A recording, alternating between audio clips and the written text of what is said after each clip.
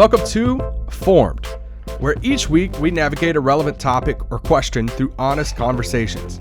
We are three pastors with three different backgrounds on staff together at Irving Bible Church in Irving, Texas. We believe we are constantly being formed in the way of Jesus for the sake of the world, and we hope this podcast helps with that. So let's jump into this week's episode of Formed.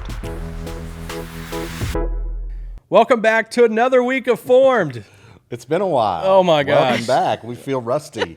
And who is this sitting on the green couch with me? The legend, the one and only Kim Jones. Hello. The crowd erupts. Everyone in the audience right now, we kind of toned them down some. We were talking before, Kim's been on the show before, but it was actually when I was out. And so she came and talked about her work with My Refuge House, but this is the first time we've been on the show together. So I thought the whole time you were on that show. I just assumed this was the second time I'm going to be on the show with Barry. That shows you my memory. That's funny. It was Sissy. It was Sissy, yes. Well, today it's going to be about the Jones family, the Jones marriage, all the stuff, the history, the present. The last time we did a podcast obviously was, a couple month and a half ago. Been crazy. Sissy went on sabbatical. Our sabbatical here is a reminder for 3 months, and we had Holy Week. You went to Romania. You went on vacation. We went on vacation. I mean, it's just been crazy. We can never there was sickness, I think, somewhere in there. We can never overlap them together, and but we're back. We're back. Here we and are. we're back, and we're talking about marriage today and relationships. And Sissy will be back before we know it. I know. I met with her yesterday afternoon. First time I've really gotten to hang out with her since she's been gone, and she's doing great and excited to be coming back soon. But she told Barry the only thing she missed was the foreign podcast. So I might be speaking for her, but just maybe. Okay, so let's just start from the beginning. Who pursued who? And what did that first, what did those first moments look like? How long have you been married? How long ago was that? The backstory until where we're at now. What have we been married, 29 years? 29 years. We had our 29th anniversary in May. At some point you start, it's weird. It's like I forget my age. I'm like, wait, how old am I? And then also how long we've been married. I'm like, is it 29, 28? Is 29? So I posted on Facebook the 30th anniversary of our meeting, the first time we met, and everybody's saying happy anniversary. I think people thought it was our 30th anniversary. It's like 30 years since we met. So we met May 15th of 1995, and we got married May 18th of 1996. So that's 29 awesome. Years ago. We met at this, it sounds crazy, but we met at a Bible study that was like this big young adult Bible study thing. Now, and neither one of us know what we were showing up for. Well, I didn't want to go. I was like, oh, no, I don't want to go to this. So I was at University of North Texas. She was at DBU. And a buddy of mine invited me to go with them. And I was like, sure. And then a friend of hers invited her. And I knew her friend. And her friend, their friend group knew the guy that I was there with. And so they kind of saw each other. We saw each other across the room. We got introduced. I went home. You asked who pursued who. I went home and told my roommate, I met a girl, and I'm not even going to bother asking her out. I'm just going to ask her to marry me. Whoa. And it didn't exactly play out like that, but I was pretty smitten pretty fast. And so our friend groups started kind of hanging around together. Mm-hmm. We're kind of three guys, three girls. This was 1995. It was like friends, so we were like, we imagined ourselves as like that kind of, group or whatever. But it wasn't too long before the two of us started pairing off, and then the rest of the friend group got mad at us because we were going to mess it all up if something didn't go right, but it went right. And I think we knew, I know I did, pretty quickly, like, okay, this is something different. And we dated, 6 months and then engaged 6 months and got married the day after I graduated from college. Yep. The day after. The day after. Yes. Wow. Everybody's in town. Might as well why make the not most of it. do a wedding? Capitalize on that, yeah. That's awesome. Yeah. Okay, so you get married. How would you say the first 5 years compared to marriage now, almost 30 years later? So, first 5 years, we were broke and had no kids, right? Now we're broke because we have kids, right? We actually make a lot more money than we did those first 5 years by a long shot, and yet we spend it all on our kids that are off at college and having a good time. So I don't know. What do you think? You don't know what you don't know. Yeah. And so I think those first 5 years, we just didn't have any idea. I remember when we did we did our premarital counseling, and this guy, he was doing our premarital counseling. I was like, this is so stupid. And he was just talking about how our family of origin, he wasn't necessarily using that kind of language, but that's what he was after with us, and how that will affect, the way that we interact and child rearing and all those kinds of things. And now, 29 years later, I'm like, well, I guess he wasn't as dumb as I thought he was. Yeah. I mean, that's what I remember. Yeah. There are two things that stand out from our premarital counseling: family of origin, family of origin, family of origin. Like, man. And we were kind of like, gosh, y'all must have had some messed up families of origin. And then this idea of the first year of marriage. And they must have had a really rough first year of marriage, because it made it sound really hard. And our first year of marriage was great. But it certainly is the case that 29 years later, we're still working out things of like, oh yeah, that's family of origin issues that continue to play into the dynamics of our relationship all this time later. Yeah. Okay, so 6 years into marriage, Will Jones happens, then Pearson, then Kathleen. How would you say marriage, there's probably a lot of people listening that's like, they were married, then kids happen, and like, man, life and family and marriage looks so different.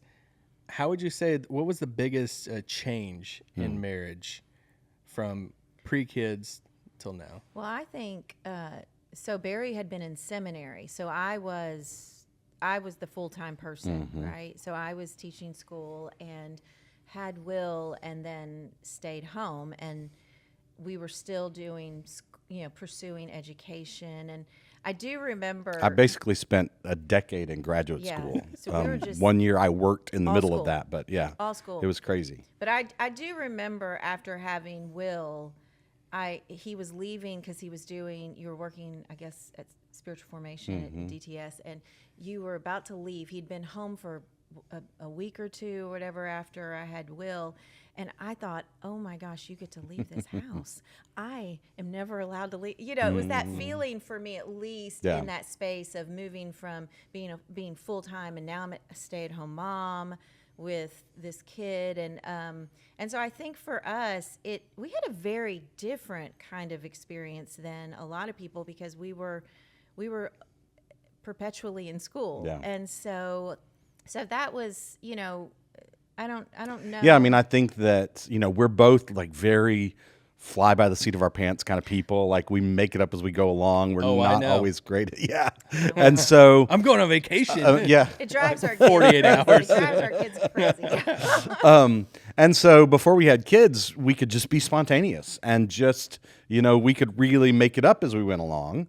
And, I think maybe even thinking about people that are in that stage of their marriage without kids, like, take advantage of the spontaneity, because certainly that changes once you have kids. You have a new level of responsibility. And like Kim was saying, like, even for me as the one who would leave and go to work or leave and go to school, like, she had this level of responsibility at home that certainly changed the dynamic for her personally and for us, within our marriage.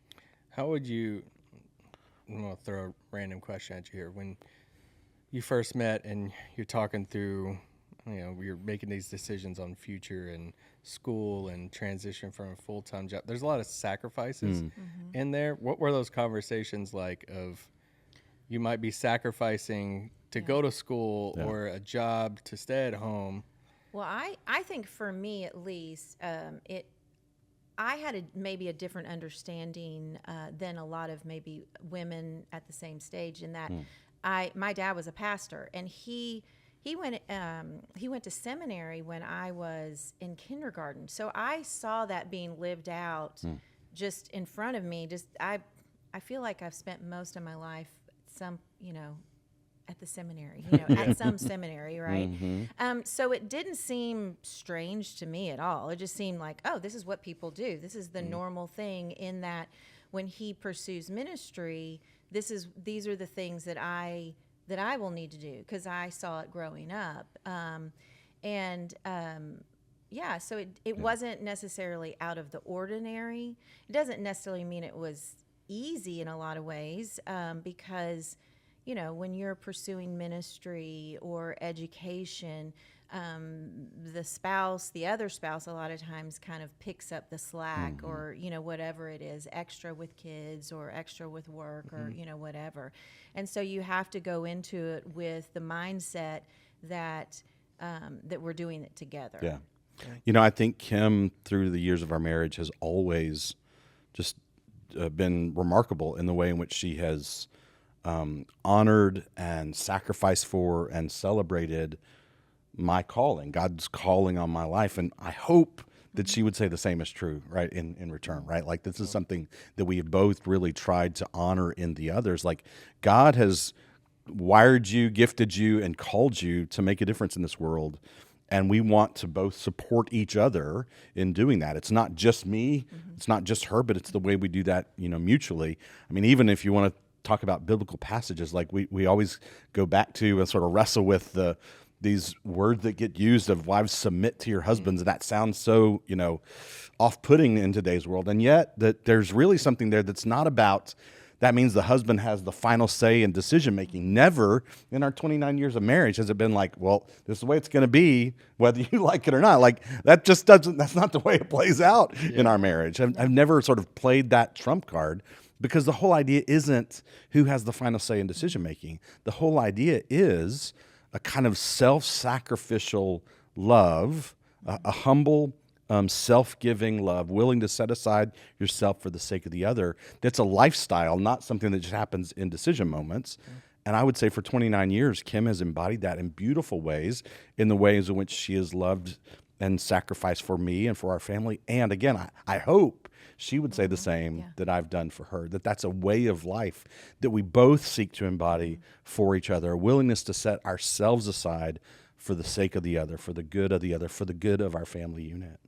I would even say early on, before we even had kids, when he was in seminary, he would take whatever his course would be, and he would see this sort of list of books that I've got to read these, but these are some suggested readings. And he would then say to me, hey, why don't you read this? Because I want to hear what you think about what we're reading. And I always appreciated that, in the sense, because I know a lot of times when people are in seminary, they can tend to, and obviously it's a lot of men that are in seminary. Thankfully, there's more women that we see now are pursuing that as well. But you can tend to kind of have his world, her world, and those two things never overlap. And what I appreciated early on in our marriage was this desire on Barry's part to actually continue to see me grow as he was growing, right?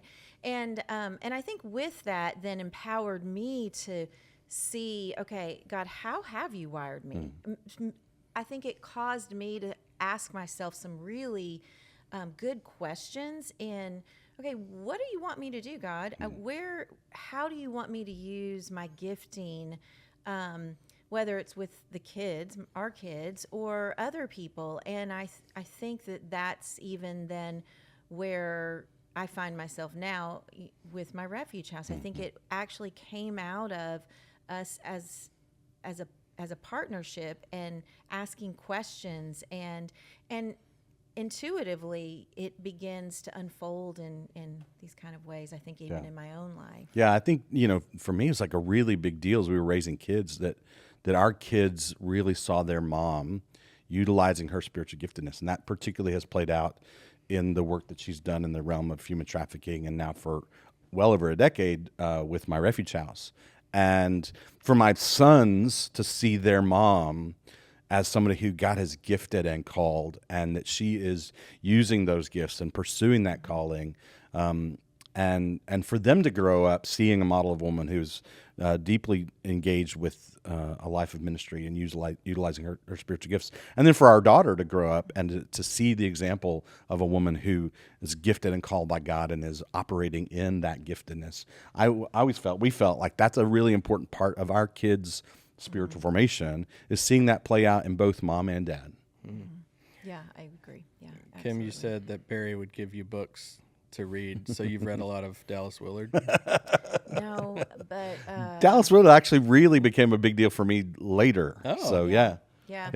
I remember he was like, man, I am taking this Trinitarianism class and you've got to audit it. And I was like, great. And I was working full time. It was a night class. It was 6 o'clock to 9 o'clock on Tuesday nights. Barb audited Yeah. one of those classes I with me. went in and I was like, man, I'm so glad you have such confidence in me after working a full day. And so I'm going to go and I'm going to sit in this class. I would make it halfway through the class. We'd take a break in the middle. And then I'd go and sleep in my car. I was like, my gosh, I am so exhausted.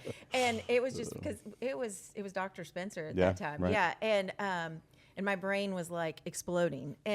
But it was fantastic. I just really appreciated to me, his confidence in my abilities, right? At that time, I think I was teaching second grade and with little kids all day. It's a little change. Right. in It's class. it's a huge change. And I think as women, I think sometimes we can doubt doubt our abilities, doubt our gifting, doubt what we're capable of. And to have another person, especially your spouse, to really, I think, encourage those things is actually really, really important.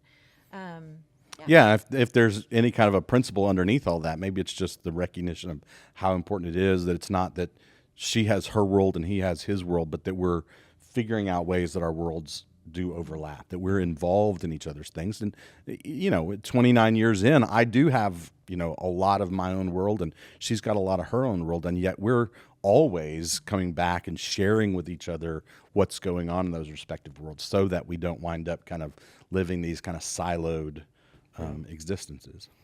Let's do a harder one. Oh, boy. Your hardest stretch of marriage and how you made it through it. I have 2 times. And, when I saw the question, I think the question maybe is getting at when marriage was really hard. And we've never had one of those seasons where certainly we've had our ups and downs, but I've never had a time in our 29 years of feeling like, wow, this marriage is fragile, right? We've just had this really solid sense of our marriage, I think, throughout. And again, we've had ups and downs, but a solid sense. And part of that is because the hard times that we went through involved suffering together. And that, I think, strengthened our bond. So when I think about the toughest season of our marriage, there was a 4-year period from 1998, so just a couple of years in, until 2002. And that began with my dad's cancer diagnosis. My dad died of cancer about 6 months later. Within the year, my sister, my only sibling, was abandoned by her husband. It was a really traumatic kind of experience, mental health related for him. And then shortly after that, a mentor of mine left ministry under some really difficult circumstances and then was killed in a car wreck. Within a very short period of time after that, we had a tragic experience at the church that I had previously served, where there was abuse that I found out about and had to expose. And my grandmother, who I'd been really close to, went into serious cognitive decline. Just a really, again, tragic kind of experience, the end of her life. And she died just a few weeks after Will, our oldest, was born. And so we just had this 4-year period where the suffering just came in wave upon wave upon wave. And that early was in marriage. Yeah, it was early on. And so that was certainly the hardest season of our lives. There was another one that maybe Kim will talk about that was about 10 years later, where we both lost a sibling within about 6 months of each other. But that 4-year period was so hard, and yet I do think that's a big part of why we're still so deeply committed to each other, is we've just been through so much together. And I will always remember for the rest of my days, the night of my dad's funeral, because I had to be the man of the family. I had to be the one that was strong for everybody else to get us through this experience. And we turned out the lights and got in bed, and I just wept, and she just held me. And that's one of those moments that I cherish and continue to think about, go back to, and will remember for the rest of our lives together. That is part of what just, I think, solidified this strength that we have that endures all the ups and downs that we've been through.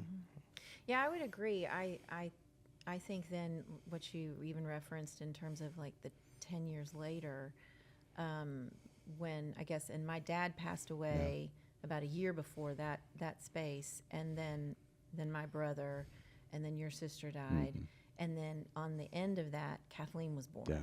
Like 6 months after Amy passed away, Kathleen was born, and Kathleen is tough. Like she is our, like that girl, she's going to rule the world.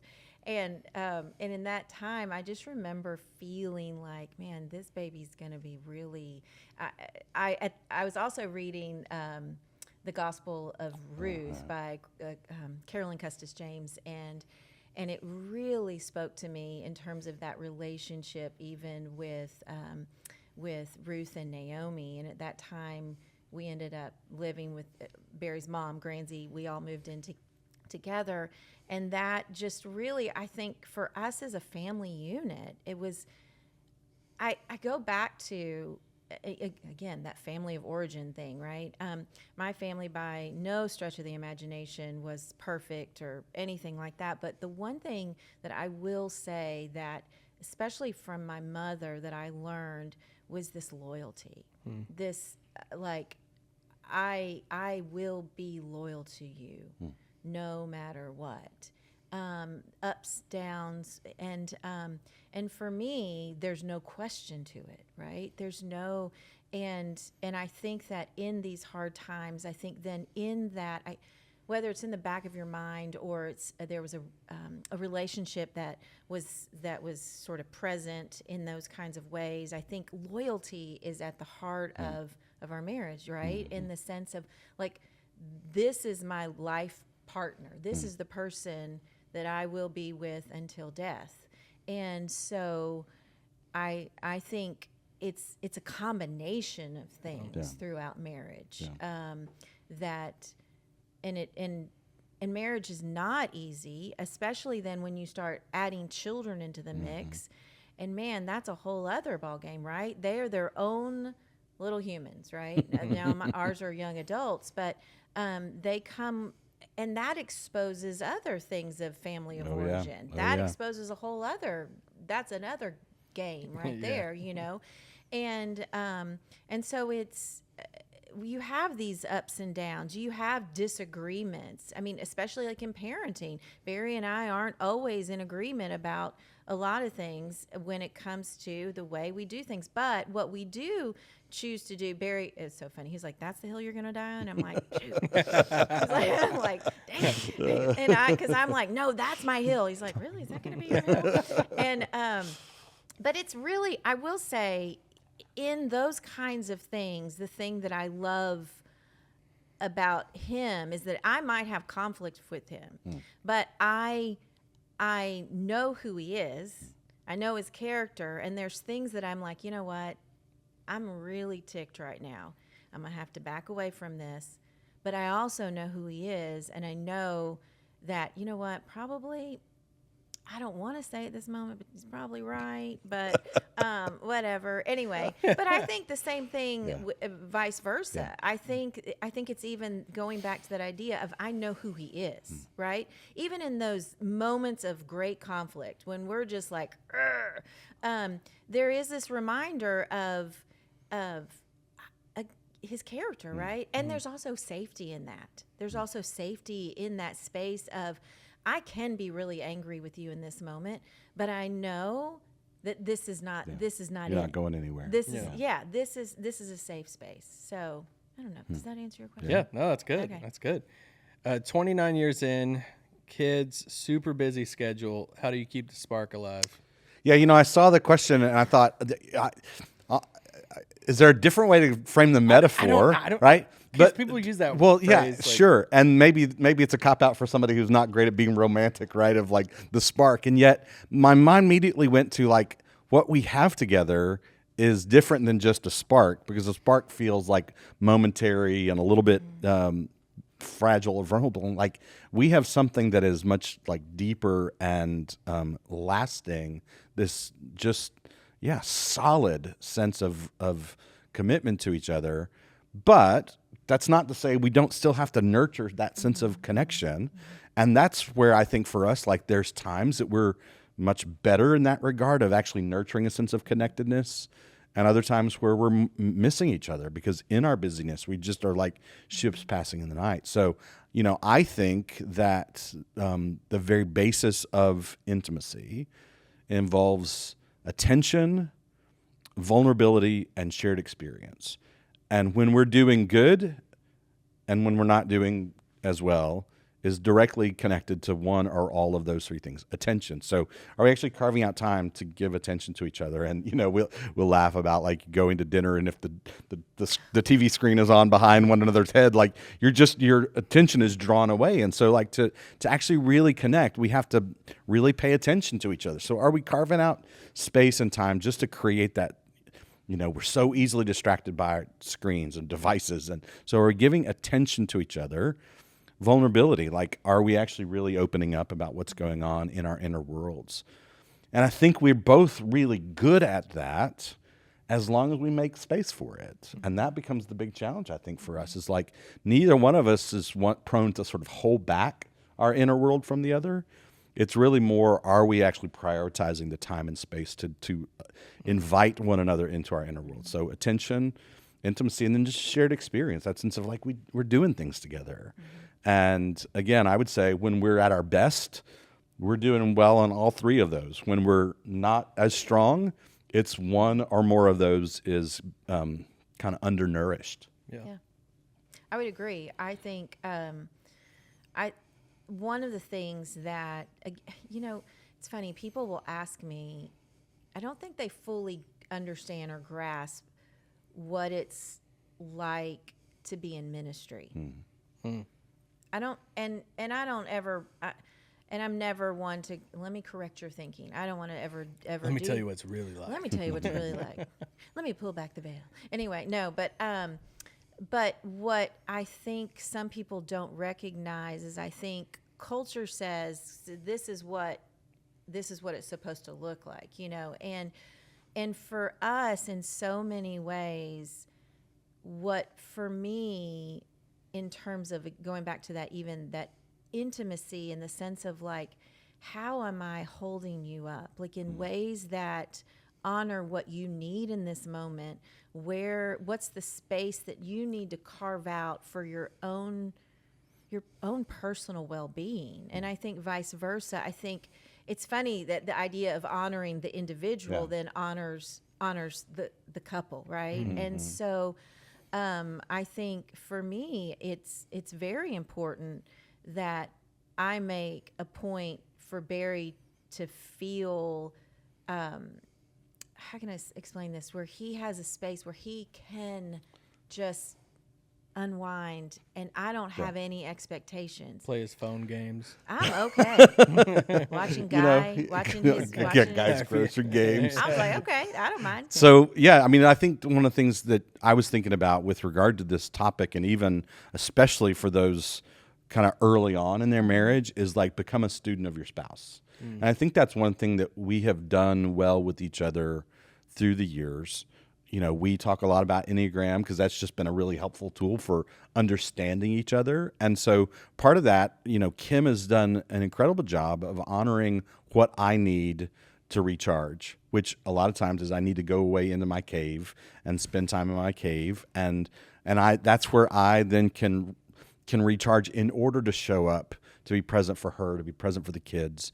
My challenge is always like I can become too attached to my cave. I can become too withdrawn. And so she honors that and allows that in me. And I have to make sure then that I'm showing up. On the flip side, where she experiences some sense of recharging or renewal or what she really needs at an emotional level is like, I've got a lot going on in my heart and my mind, and I need to process it. I need to talk about it. I need you to show up and be present and allow me just to talk and to be able to be unfiltered and to feel understood and not feel corrected or to, right? Like, and so by understanding what the other needs, we're able to show up better for each other.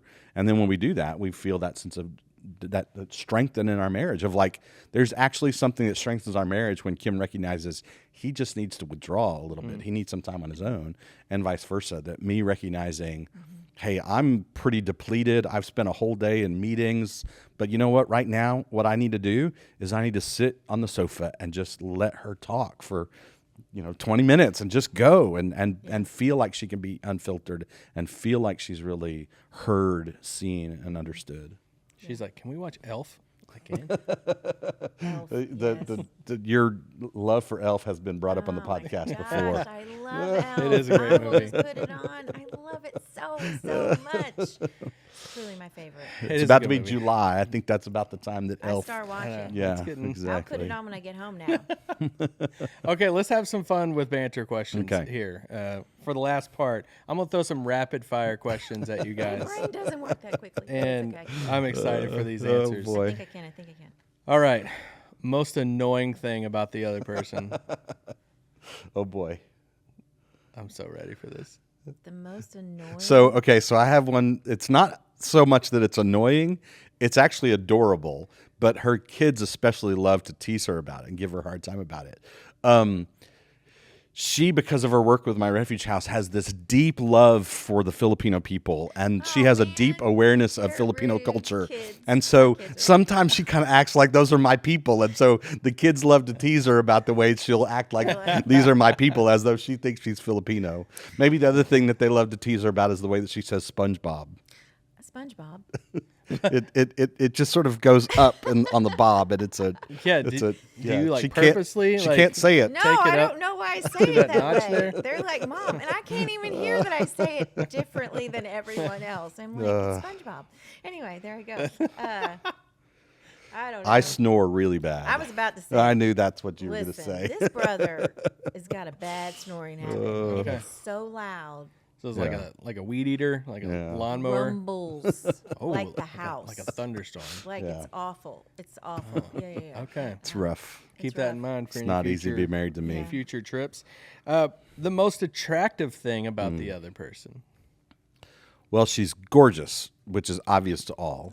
But I think the thing that I just so am That was drawn that was to. an alley-oop right well, there. I mean, to it was. Barry, It's and just. he It's clear. dunked it. Like, but like Kim has this deep capacity for care for others, and like this just real sense of like, especially those who are vulnerable or marginalized, people who kind of haven't been given voice or empowerment. Like she uses what she has for others, and that's why the work that she does with My Refuge House is so brilliant. And the other thing that I just love watching, she does this big event every year, Fashion for Freedom, and it's every year just blows my mind. It's incredible.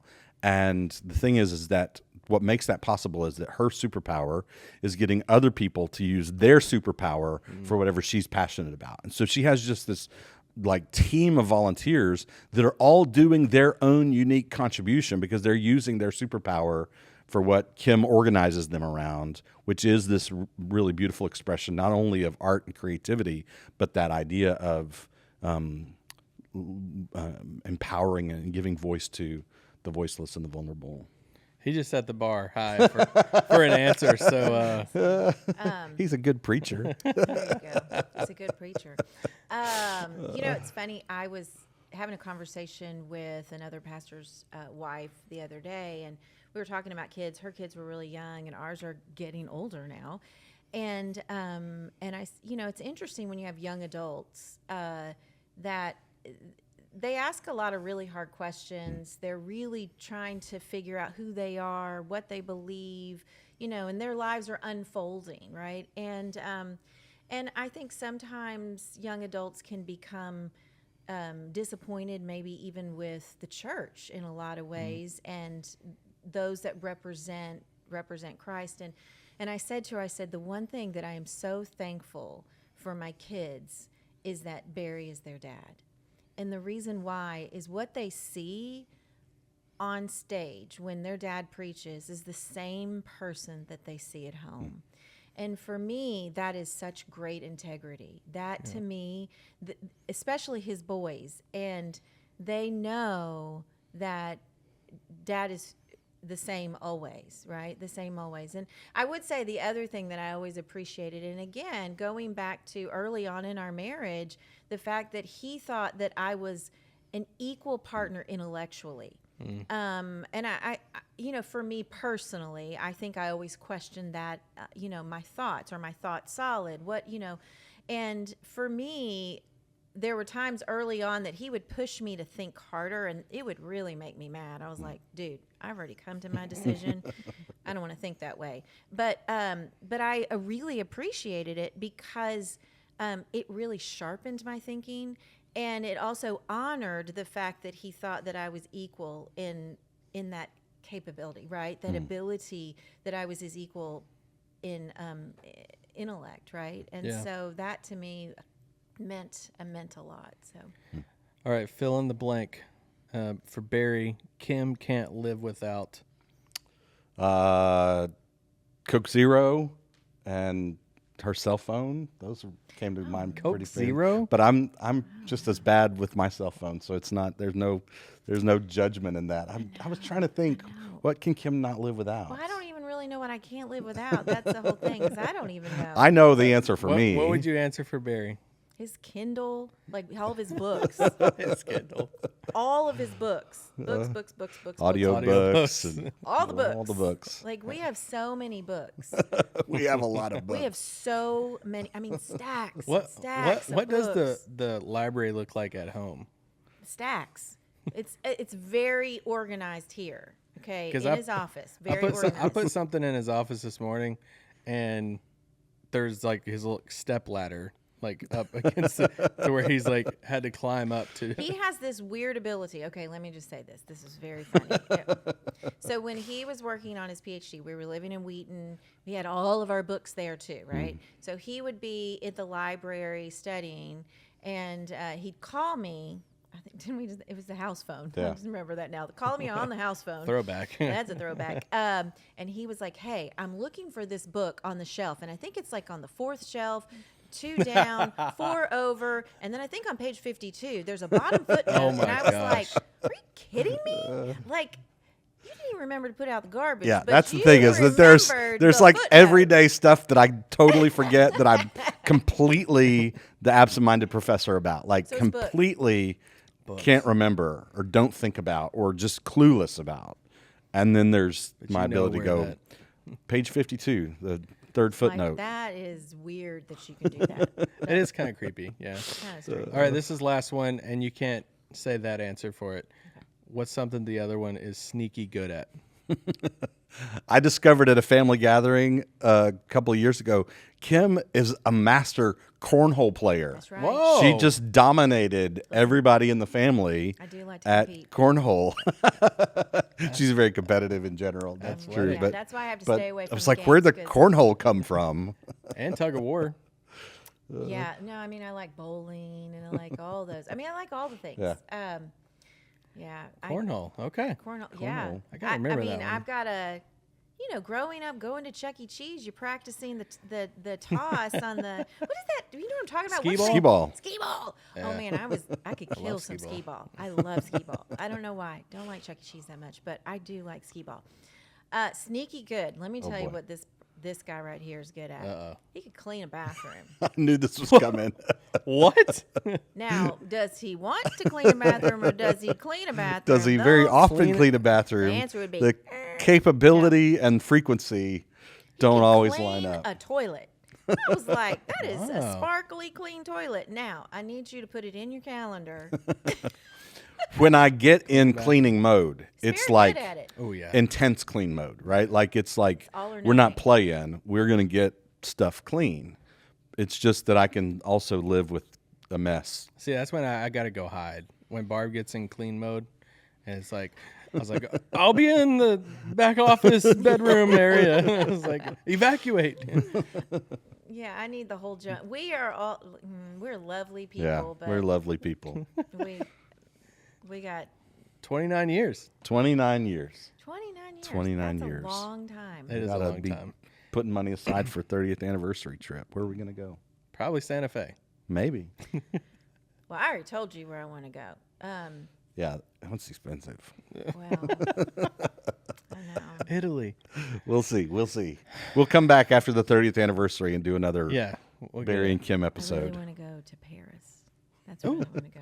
You've now set it to the form That's good, public. okay. See, that's the I'm thing. in She trouble. says it That's out all loud she to did. where Speak it into the pressure on. Oh, look, we're out of time. All right. Well, thank you so much. This is so much fun. Yeah. We could go all day quizzing you about marriage and life and all the things. And Barb and I look up to you guys so much, and I love seeing both of you just pursue your passions. I think that's one of the biggest things. Coming from a small town, the pastor's wife had like one defined role, and it always bothered me. And when Barb and I first met, I was like, hey, I don't want it to be that. I want you to pursue your own passions and be just as supportive of that. And you all set the example for that. And that is, it's so cool to watch and see y'all both, pursue the things you're passionate about and love. Thanks, and of course, your kids. I said this a long time ago. One of the most telling things for me about Barry was I got to do a lot of projects and stuff with Will, and we were talking about Barry one day, and he was just raved about how awesome he is, and I was like, that just tells you about that told me more about him than what anybody at the church or staff could say anything about him. That Will could just hype him up and as his favorite person at home. So And no I offense to you, but I just have to say this, but our kids are incredible. Like I love them. They walk to their own beat. They're just their own humans, and that's what I love. They're just, and so that I'm proud of who these humans are that we created, and that's part of that 29 years. So they're pretty great. pretty great. All right, we'll be back next week for another week of Formed.